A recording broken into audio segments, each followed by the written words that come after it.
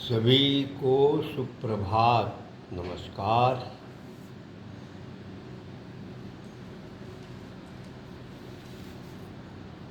जब मनुष्य का भाव अपनेपन का होता है कि वसुधैव कुटुंबकम के सिद्धांत के अनुरूप चलता है, तो सभी अपने हैं, कोई पराया है ही नहीं। तो उसमें मान अपमान से परे होकर आनंद की स्थिति प्राप्त की जा सकती है। श्री श्री रविशंकर जी के विचार देखिए। जब कोई व्यक्ति आपके साथ असभ्य और रूखा व्यवहार करता है, तब आप क्या करते हैं? विचलित हो जाते हैं। आप भी रूखेपन से जवाब देते हैं, हताश हो जाते हैं, भविष्य में उस व्यक्ति से दूर रहने लगते हैं या फिर उसे उचित व्यवहार की शिक्षा देते हैं। मगर इनमें से कुछ भी, कोई भी तरीका आपको सबल नहीं बनाएगा। फिर उपाय क्या है? किसी के रूखे व्यवहार को इस दृष्टि से देखिए कि उसका व्यवहार उसके तनाव और असंवेदनशीलता को प्रकट करता है,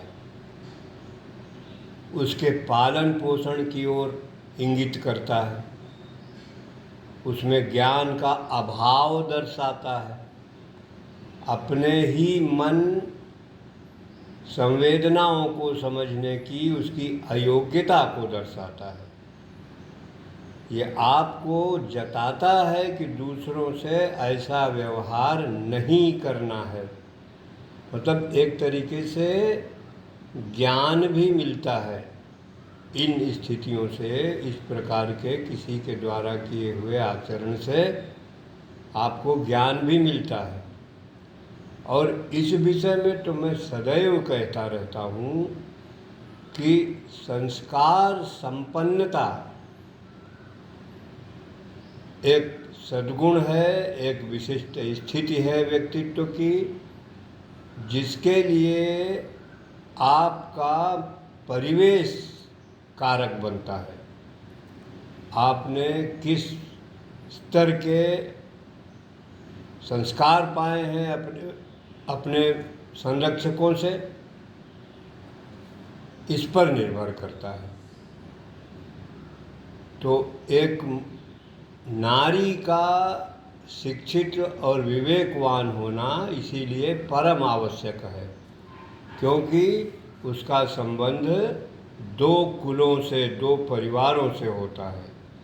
एक वहाँ जहाँ उसने जन्म पाया, पली बढ़ी, युवा हुई, उसके पश्चात ही जब विवाह बंधन में बंधी तभी दूसरे घर गई। तो उतने दिन तक उस परिवार को सहेजा, संवारा, संस्कार समृद्ध किया। जो भी अपने से छोटे, जो भी भाई बहन हैं, उसके पश्चात जब विवाह बंधन में बंधने के बाद दूसरे घर जाती है, तो वहाँ अपने संस्कारों से ही जो भी अपरिचित व्यक्ति, हुआ परिचित, नितांत अपरिचित होते हैं, वो तो संस्कारों की समृद्धि का परिणाम होता है कि सबको आत्मसात कर लेती है और ढल जाती है उसी में। उसके पश्चात उसकी भूमिका प्रारंभ होती है जब उसकी संतति होती है। तो उनको संस्कारवान करना एक नारी का ही है मुख्य, उसमें रोल, मुख्य भूमिका एक नारी की ही है, एक माँ की है। तो संस्कारवान जब आप होंगे तो विचार करके व्यवहार करेंगे। आइए विषय पर आते हैं। आपके लिए एक अवसर है कि रूखेपन का स्वागत कीजिए, उसे स्वीकार करिए। अगली बार कोई आपके साथ रूखा व्यवहार करे तो ध्यान रखें कि आप विचलित नहीं होंगे। यदि आप रूखेपन को स्वीकार कर सकते हैं तो कुछ भी आपको विचलित नहीं कर सकता। अब ये संत प्रवृत्ति है, इसको पाने में समय लगता है। अपमान आपको सबल बनाता है। जब आप में अपनेपन का भाव रहता है तब आप अपमानित नहीं महसूस करते।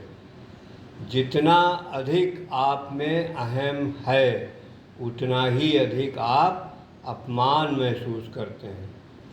मगर जब आप बच्चे जैसे हो जाते हैं, विशाल अपनत्व का भाव रखते हैं, तब आप अपमान नहीं महसूस करते। इसी प्रकार जब आप सत्य के प्रति प्रतिबद्ध होंगे, अपने अहम के प्रति नहीं, तब भी आप अपमानित नहीं महसूस करते। इसलिए अपमान से निकलने का उपाय है कि अपमानित हो जाएं, बच्चे जैसे हो जाएं, ईश्वर के प्रेम में डूब जाएं। धन्यवाद, नमस्कार।